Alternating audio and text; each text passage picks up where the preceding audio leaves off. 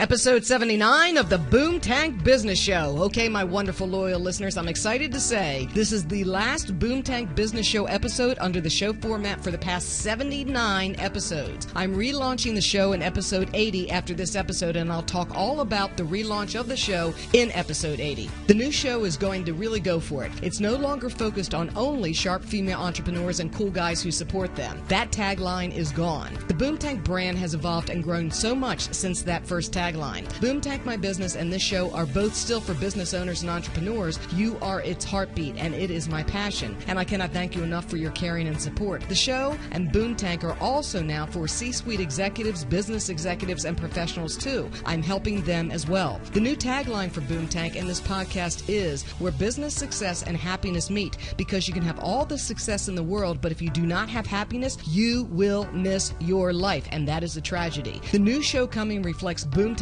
growth and growing success. Thank you again so much for supporting the show. Now let's get into this episode 79 under the prior format with a wonderful guest. Today's guest is Stephen Woessner. Stephen is the founder and CEO of Predictive ROI, a digital marketing agency, and the host of Onward Nation, a top-rated daily podcast for learning how today's top business owners think, act, and achieve. Onward Nation is listened to in 120 countries around the world. Stephen is the author of 3 books, including the #1 Amazon.com best-selling book, Profitable Podcasting. And his digital marketing insights have been featured in Forbes.com, Entrepreneur.com, The Washington Post, and Inc. magazine. And he's been in some pretty tight circles with the likes of Darren Hardy of Success magazine. If that's not impressive enough, he's wicked smart, incredibly progressive, and leading in all things digital marketing, and a fantastic guy.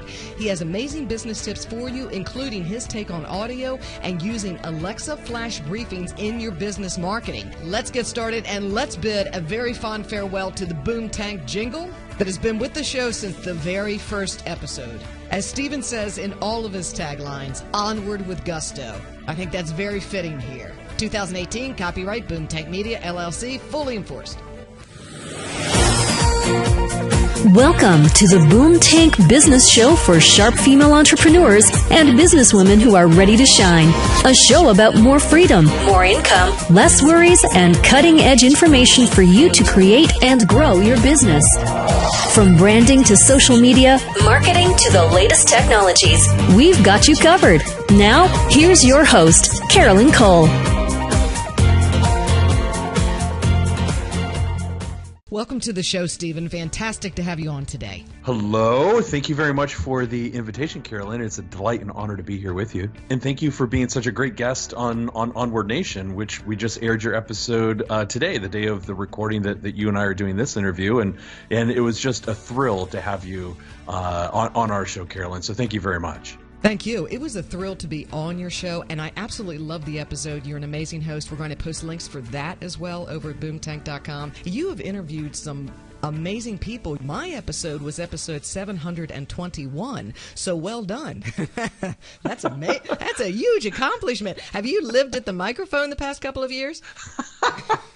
You know, some days it does kind of feel that way, just because, you know, some Tuesdays we're having the good fortune of having, you know, 7 to 8 interviews just back to back to back. And at the end of those days, I think, oh my gosh, what in the world was that? I mean, because it was so amazing being able to hang out with really super smart people like you and others. And but so some days the days are really long, but I am so very grateful for the opportunity to be able to hang out with super smart people like you and all of our other guests. Let's put someone else super smart in there, Darren Hardy. You have worked closely with Darren Hardy, and it's important people realize that your success is amazing. You built it, and it's so important that people understand that you also decided to tap into one of the best business and leadership minds in the world to fashion what it is you were doing, aside from doing it yourself very successfully. What led you to Darren?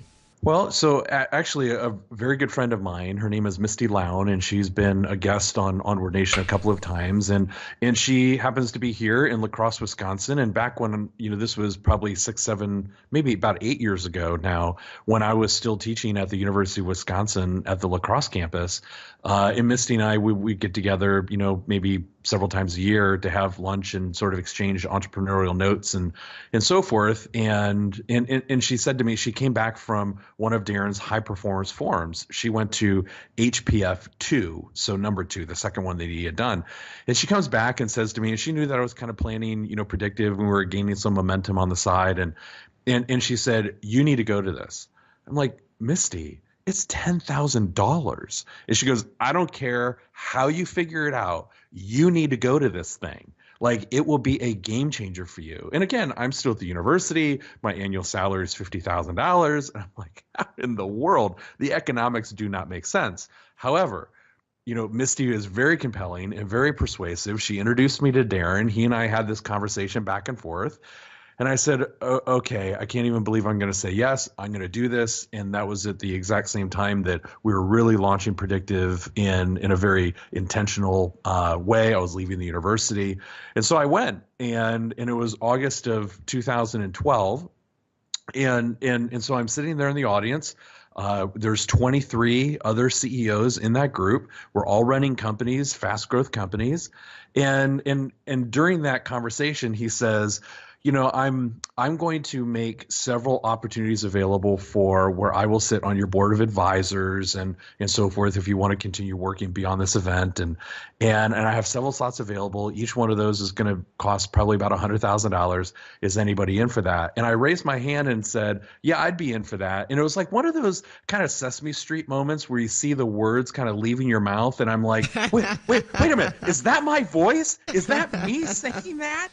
And so he said, well, okay. And so we talked a few weeks later, and we got our deal together. And so he was on my board of advisors for 12 months, and it was fantastic, painful, exhilarating, and exhausting, and phenomenal, all at the same time. So he really pushed me to be better. And so we spent a lot of time together. He was a great mentor. I learned a lot from him.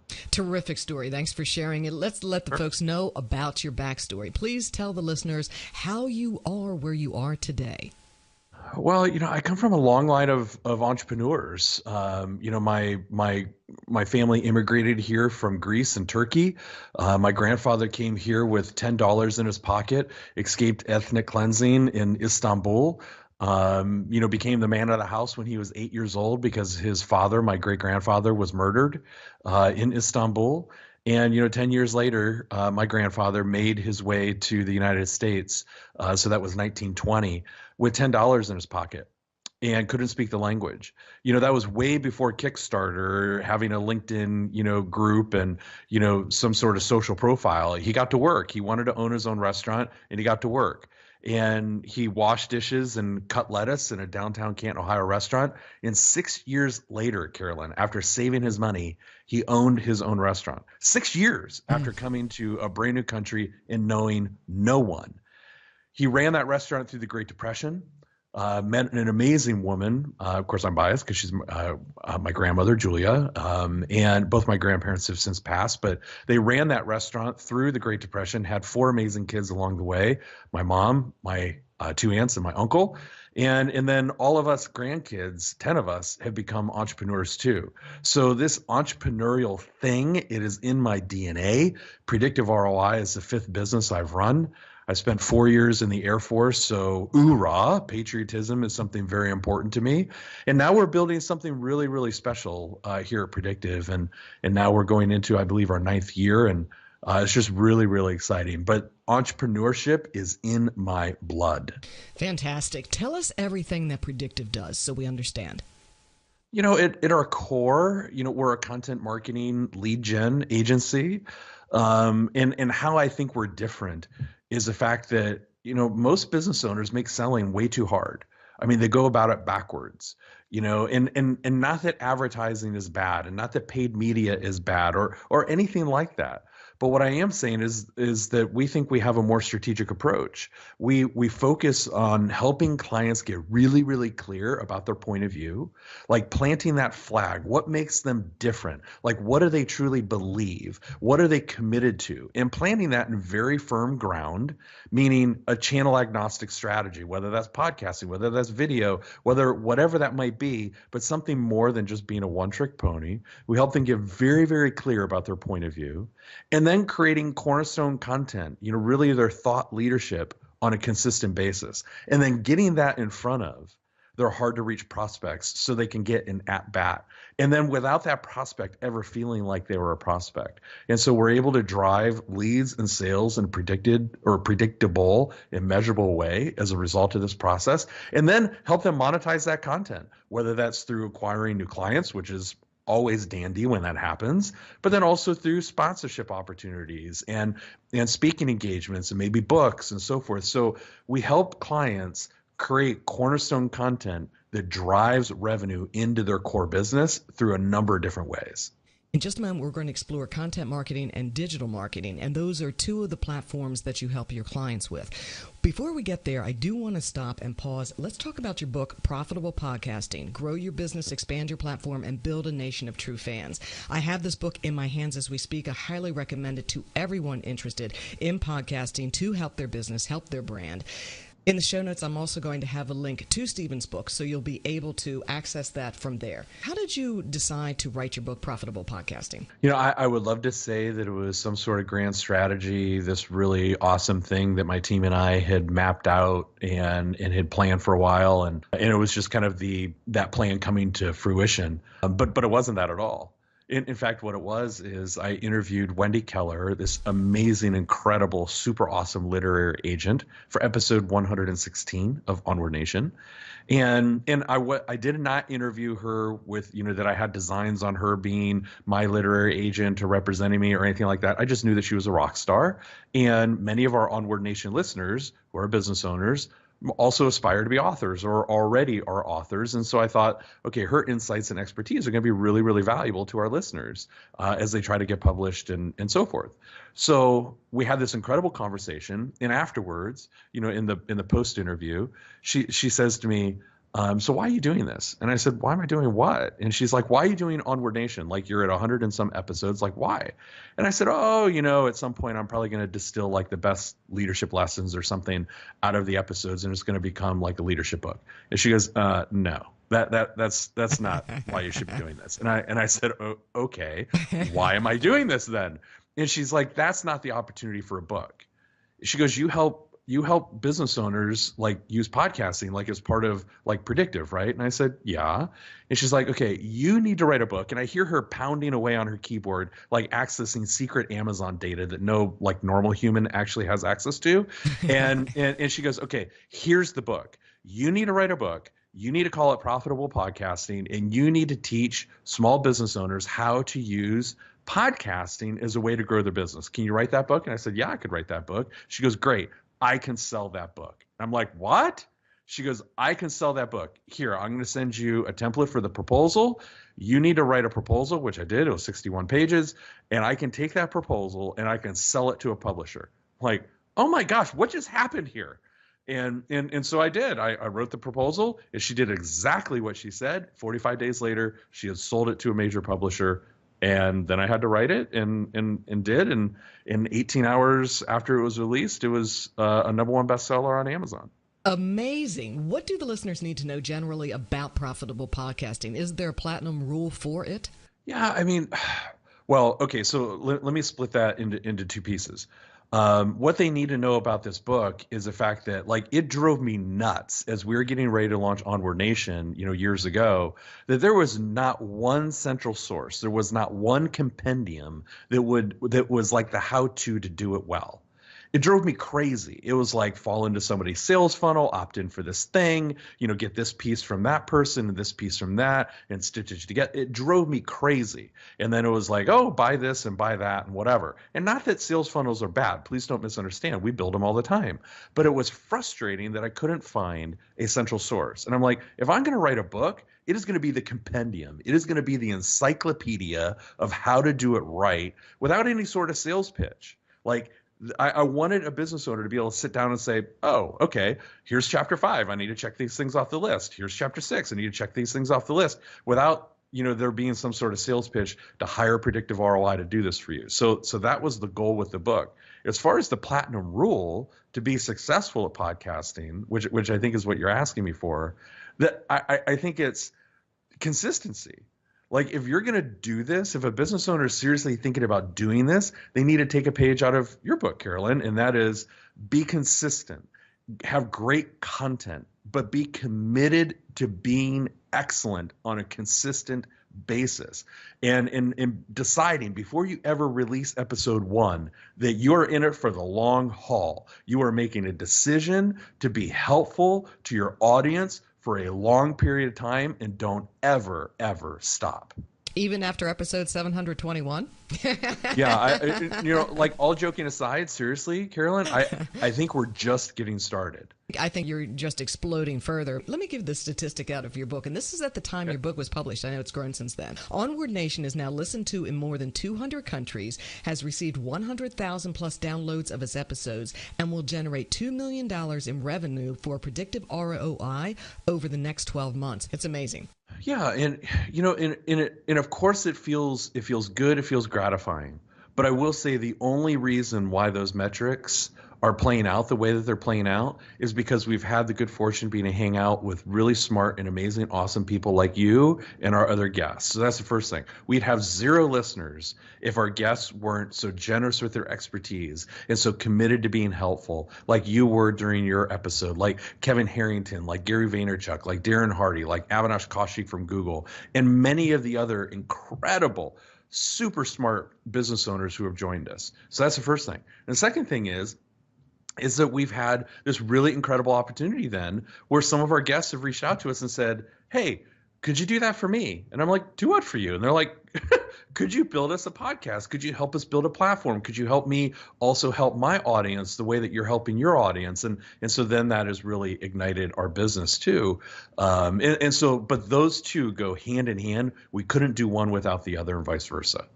And moving into your book, and this is from page 79, you're talking about businesses. And what people, I would love for them to take away from this is, yes, we're going to talk about content marketing and digital marketing and profitable podcasting, but your whole Zen is successful business and building successful businesses and building the sales piece for those businesses. And it's a full study of business, not just the marketing end, because in your book, you back people to the point where they need to start at the beginning, which is the mistake often occurs when there's ambiguity around identifying whom the business intends to serve and its customers. You make sure your customers are crystal clear on their starting point. As you said, putting that flag in the ground. Is that where you see most business owners making the mistake? They don't have the flag in the right place, or they don't have a flag at all?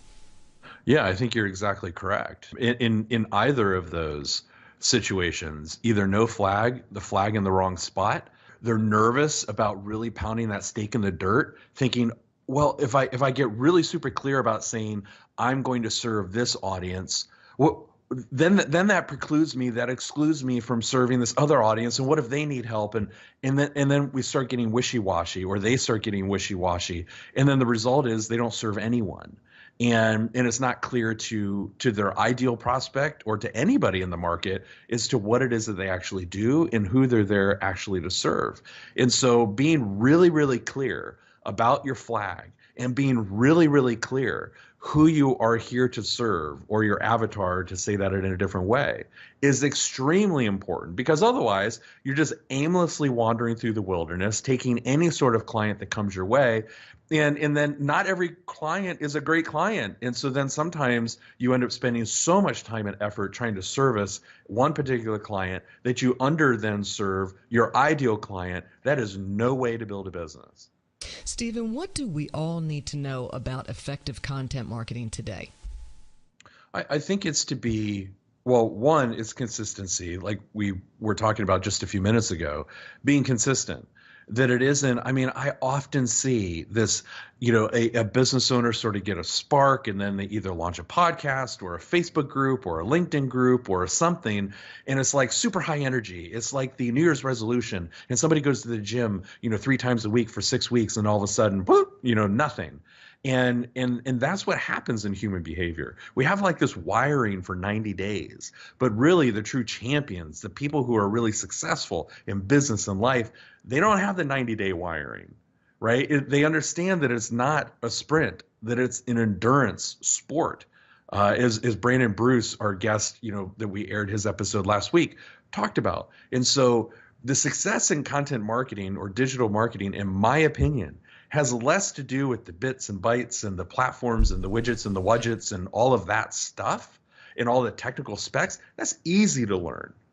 The hard part is making sure that you get clear about what it is that you want to say, the value that you're offering, and how you're being helpful, and then being committed to doing that in a consistent basis so your audience knows they can depend on you. And that's where the successful foundation is created, and you can build a business on that. How often do you recommend publishing your content? I know that is a loaded question. It's an open question. It depends on the business. But generally, do you have advice in that regard? Yeah, it's a great question. I mean, typically, the podcasts that we produce, so let's talk about cornerstone content in the form of podcasts first or video. We're all things voice and video. And so we ought to be putting out for our clients at least one piece of cornerstone content a week. And when I say cornerstone content, I mean an episode, like a podcast episode, like a new video on YouTube, one of those pieces of cornerstone content, and I'll explain what cornerstone is in just a second, but one of those big pieces of cornerstone content at least once a week. And then every single day, so every day we should be publishing or producing a piece, a slice off of that cornerstone. And we should be sharing that each day, multiple times a day. So whether we take a cornerstone piece of content like an episode or a video, and we slice that into a blog post, into a LinkedIn article, into a LinkedIn post, into a Facebook post, into a series of tweets, whatever the slicing and dicing is, but then you're sharing that on a consistent basis every single day with one new big piece of cornerstone at least each week. What do we need to know about digital marketing today? Yeah, I think the fact that it's changing really fast is the first thing. I think the things that really excite me with respect to digital, and I suppose this kind of dips into content marketing as well, but the thing that really excites me about digital is how fast voice is exploding. And I don't just mean podcasting. Sure, podcasting is hot. It continues to grow. There's some data points in chapter 1 of the book that cite, a study from Edison and Triton. And Edison Research watches this and studies this every single year. And what we're seeing with podcasting is it continues to grow at a nice, steady, slow pace. That's awesome. A lot of people think there's this huge bubble, and there isn't. It is a nice, steady, slow growth. Awesome. So podcasting is certainly part of voice, but we're seeing huge explosion with voice-controlled devices, whether we're talking about Amazon Echo, we're talking about Google Home, or we're talking about Apple's new HomePod, and the skills and the briefings, or essentially the software and the content that runs through those voice-controlled devices. So Alexa can now play podcasts. Alexa can now, serve up a skill, which is now, essentially a little bit of software. I would encourage your listeners to kind of get a feel for that. Install the Johnny Walker skill, like the whiskey brand, the Scotch brand. Go to Alexa and say, hey, Alexa, install the Johnny Walker skill, and then take that tour so you can start to see how artificial intelligence is guiding someone through the brand experience, how that is influencing shopping. Voice-controlled shopping is going to be a $40 billion industry in 3 years. Today it's $2 billion.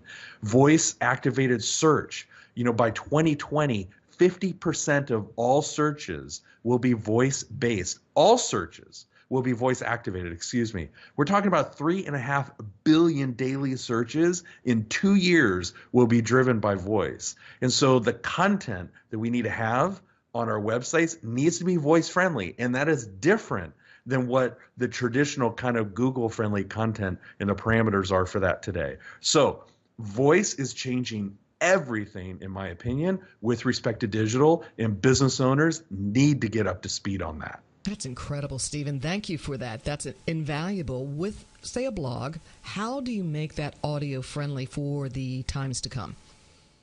Oh, great. So there's several different kind of key ingredients that I would encourage your listeners to consider. First, if you're writing a blog post about something like how to solve a problem, here, let me reframe that. You should be writing blog posts about how to solve a problem, right? So we need to think about customer intent and how information is being searched for today, how to do a something. Why should I do this versus that? What would be the best way to find such and such? Or how do I go about applying for this?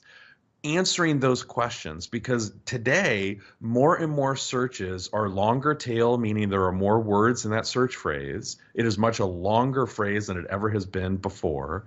And then the intent is all wrapped around a question, really looking for a solution. So the blog post, the content that your listeners are creating should answer questions. That's the first thing.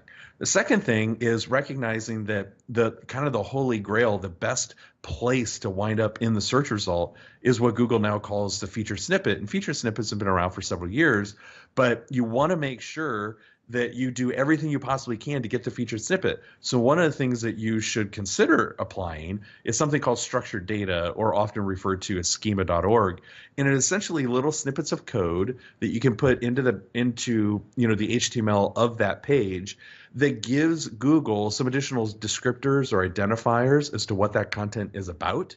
So they know, or so Googlebot knows more quickly, more efficiently what that page is about. So answering the questions, as far as what the intent of the searcher is, using things like structured data or schema.org to make your content more search friendly would be two really important places that I would encourage your listeners to start. Great. And when you say audio ready, is that someone now with Alexa can say, how do I blank, and they will tell you to go to your site, or you will actually listen to material from your site? Yeah, great question. Okay, so because Alexa or Amazon Echo operates differently with respect to search than does like Google Home. So if you were to say that to Google Home, hey Google, and then you answer a question, how do I find the best restaurant in Austin, Texas on Congress Avenue or Congress Parkway? So then Google will do a Google search and return the results and read those results to you. Okay, and typically reading the first result to you. Awesome, because obviously Google Home is connected with Google, the search engine, huge advantage. Alexa, right now, if you say, hey, Alexa, tell me the best restaurant to find, blah, blah, blah, what Alexa will return as a result is, okay, this is what I found on Wikipedia. Not really that helpful, right? So from a search result perspective, like from the web, Google has a huge, huge advantage over Alexa. Now, where Alexa really shines, way outshines Google, is from the skills in the daily briefings that you can create custom content. And so then your listeners, like if you had a Boomtank daily briefing, for example, and you created that for Alexa, it'd be like 365 snippets from your shows or from you, something you record special for your listeners. And then you go out to your listeners and say, hey, everybody in the Boomtank community, please install the Boomtank daily briefing or flash briefing, into your Alexa. Then I could go to my Alexa and I'd say, hey, Alexa, install the Boomtank flash briefing. And she would say, she, kind of funny that I even say she, right? She would then install that. And then I would say to her, as part of my daily routine, kind of getting ready, I'm in my kitchen, I'd say, hey, Alexa, play my flash briefing. And it would play the Boomtank flash briefing. It would play Gary V 365. It would play NPR and whatever else I have set up in my flash briefing just automatically. Or you could create a Boomtank skill, an Alexa skill, which is now kind of like functional software, things like tasks and that kind of stuff. And it might be, whatever tactical thing you think your audience might need help with, and they can interact and ask questions of your skills. So the two voice control devices work very differently, but both are awesome for completely different reasons. Stephen, I feel as this whole episode is a flash briefing. It is a whole Alexa skill thing. It is just fantastic. Thank you so much for that amazing expertise. I feel flashed and fully briefed. That's incredible. So, all right. We talked about this moments ago about what you see business owners doing wrong, and I want to come back to that and round out that thought. What is it that you see business owners doing wrong mostly, and how can they fix it? I know we talked about the flag in the ground and not being clear about those things. What else are you seeing out there that they can improve upon to really move the needle in their business? Yeah, I've talked about this for years, and I first addressed it actually back in 2011 when my social media book came out. And for the lack of a better description, I can't think of a better way to describe it. And I know it'll sound kind of crass, and so I'll apologize in advance if it rubs any of your listeners kind of the wrong way. But essentially, it's like I think we as business owners sometimes act like the 18-year-old kid, with the red Solo cup is at a party and he sees the most attractive girl in the back of the room and he walks up and he hits on her in the first 5 seconds of meeting her. And tries to get to third base in that first conversation. Typically not going to end well for that person, right? It is extremely inappropriate. There is no context. There is no trust. There is no relationship. How on earth does he expect to be successful in that social situation? It's awful. It feels yucky. Nobody likes when that happens. And we've all seen that happen before in a social situation, right? And it's just yucky. But we as business owners, we think, oh, well, there's that hot prospect. There's that company that I've always wanted to do business with. They don't know me from Adam, but I'm going to jump all over them and expect now that result to be like, oh, I'm so glad that you've entered my life without any sort of recommendation. I couldn't wait to spend money with you. Thank you so much for making the introduction cold into my face like that. That typically does not end well for the business owner, that cold prospecting. So where I think they're getting it wrong is not taking the time to actually develop a relationship and introduce themselves, add value, be helpful into that process. And I don't mean, that Facebook ads don't work. And I'm not saying that at all. What I am saying is be really smart about your Facebook campaigns. Actually do retargeting campaigns with people who already know you. Introduce yourself cold to people who don't know you in a very helpful way. And typically, offering them a registration in a webinar feels more like an ask than it does a help, right? So being really conscientious of the fact that how do I open the door? How do I be helpful in that process? So somebody says, yeah, you know what? I'd love to go to the movies with you. Thank you for asking. But recognizing that yes takes a lot of work and context to get to that point. That is not an easy yes. A phone call is not an easy yes. So how can we warm that relationship up? How can we invite them to be a guest on our blog? How can we invite them to be a guest in an article that we're writing for Forbes or Inc? How can we invite them to be a guest on a top-rated podcast? How can we invite them to be helpful to our audience and then in turn share their subject matter expertise, which is a wonderful way to be helpful. And then going forward, sharing their expertise with our audience in an ongoing way. And then when Carolyn loops back to have a conversation, the first thing out of that prospect's mouth is, wow, Carolyn, thanks very much for having me on your show. Thanks very much for sharing my insights in your email. Wow, I can't believe that you put me in an ebook and shared that with your audience. That's so amazing. Could we have lunch next week? I'd love to learn more from you and what you're doing. Wow, what a game changer. What a game changer is right. So the message here is court your customers and clients, and I love that, Stephen. Very good. What kinds of things are you working on now? Oh, gosh. What aren't you working on? We're constantly at work to build and scale Predictive. We're looking to add more people this year. We're almost to our max capacity right now. So we're I don't want to say frantically, but we're quickly moving through the hiring process to add, account executives, audio producers, and more teammates. So that's great. We're launching our episode 1 of our YouTube series on Thursday, May 3rd. So we're super excited by that. And that has really been a big push. I've really had to cast the imposter syndrome aside, and Catherine on my team has really kicked me in the rear when I needed it to get this thing done. But I'm really, really super excited about how we'll be able to help our audience in new and different ways through YouTube. And then we're rolling out a brand new series of services in this voice area. We chatted about Alexa. We're going so deep into that process, voice activated search. And so this area of voice, I think, is just exploding, and really, really excited about how we can help business owners do well in that arena. Well, let's talk about that. How can people find you and how can you help? You can find us at predictiveroi.com. I think as far as like how we can help, I think we can maybe help you sort through if this is the right opportunity. Like, and I don't mean working with Predictive, but I mean, is this the right opportunity for your business? Does your business align with that?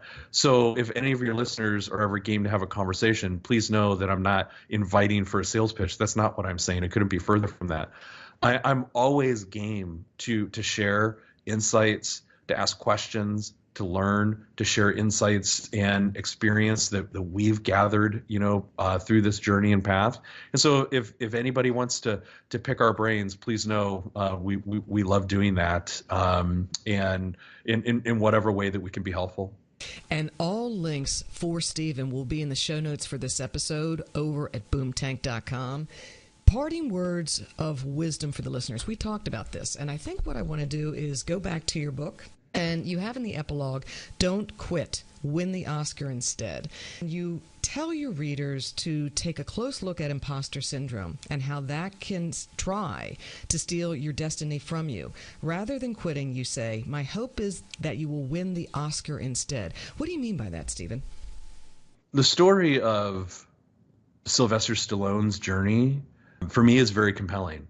And most people know him as Rocky and Rambo and a very successful producer and all of that. And it couldn't be further from where he started. And there was a time back in the early 70s when he was dirt broke and he was so poor and he was fighting with his spouse and he didn't have heat in his apartment, and he sold his wife's jewelry, which is typically should be high on the list of last things that you would ever do, but he did it anyway. And then they split up shortly thereafter. He was so broke and so poor that he had no money that he actually sold his dog for $25, his best friend in the world, because he didn't have any money to eat. And then he went to the New York Public Library for heat one day, and he stumbled across a book from Edgar Allan Poe.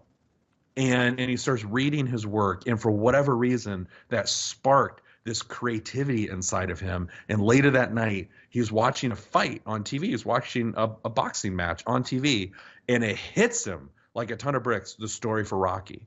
And he writes nonstop for 24 hours. And then he tries to sell it, and nobody wants to buy it. And then finally somebody does want to buy it, but they won't cast him in it, and he won't quit. They offer him $300,000. He is dirt broke.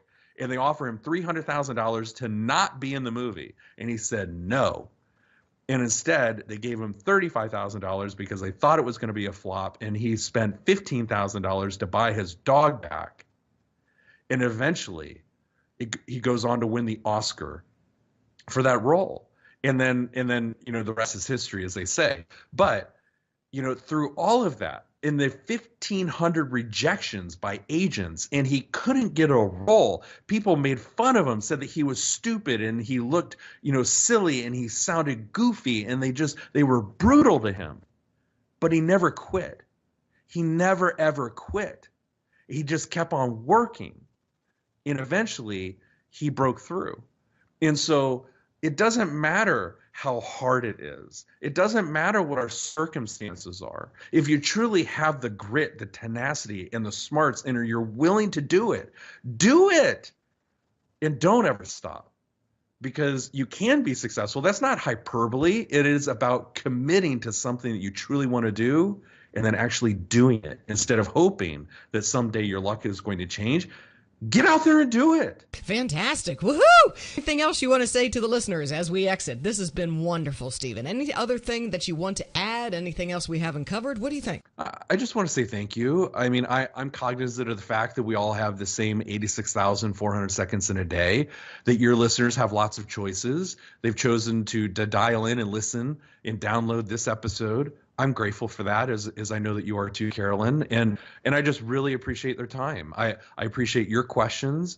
I'm grateful for the conversation, and thanks for the opportunity. It was just a whole lot of fun to spend more time with you. And everyone, check out Onward Nation, the podcast. That will be in the show notes at boomtank.com. I'll also have Stephen's information there as well. Fantastic interview with Stephen. How about his recommendation to publish one piece of cornerstone content each week, then little slices daily of the same content to expand your reach, influence, and business, and all the details about Alexa, Echo, flash briefings, and skills, and the forecast for 3.5 billion daily searches in the future activated by voice search. Add to that his great podcast, Onward Nation, featuring guest appearances by Shark Tank Shark, Kevin Harrington, Gary Vaynerchuk, Darren Hardy, and many others. I was completely honored to be a guest on his show, episode 721. If you want to check out that episode, he was a terrific show host, and we had a terrific time. Listen and subscribe to his podcast. Outstanding, Stephen. Thank you. And thank you for tuning in to the Boom Tank Business Show. I so appreciate you listening, and you know I do. If you like the show, please leave a 5-star rating and some nice comments on iTunes, or subscribe on the free podcast listening app Stitcher for Android users or Google Play. And tell a friend. Join Boom Tank's email list at boomtank.com and download your free instant audio training. It's 2 audio downloads. The first one, 10 top life and business lessons from my expert guests, and the second, a super success meditation you are going to love. Be sure to check out my coaching and consulting tab on boomtank.com and the speaking tab to book me as your next professional speaker or featured guest. Catch my live streams on boomtank.com or on Boomtank's YouTube channel, youtube.com/user/the Boomtank. Until next time, free your mind, unleash your spirit, build your life, create your business. It really is your show. See you right here on the next episode.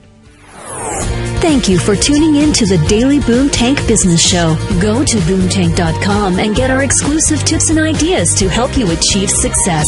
It is time for you to launch your dream business and life now.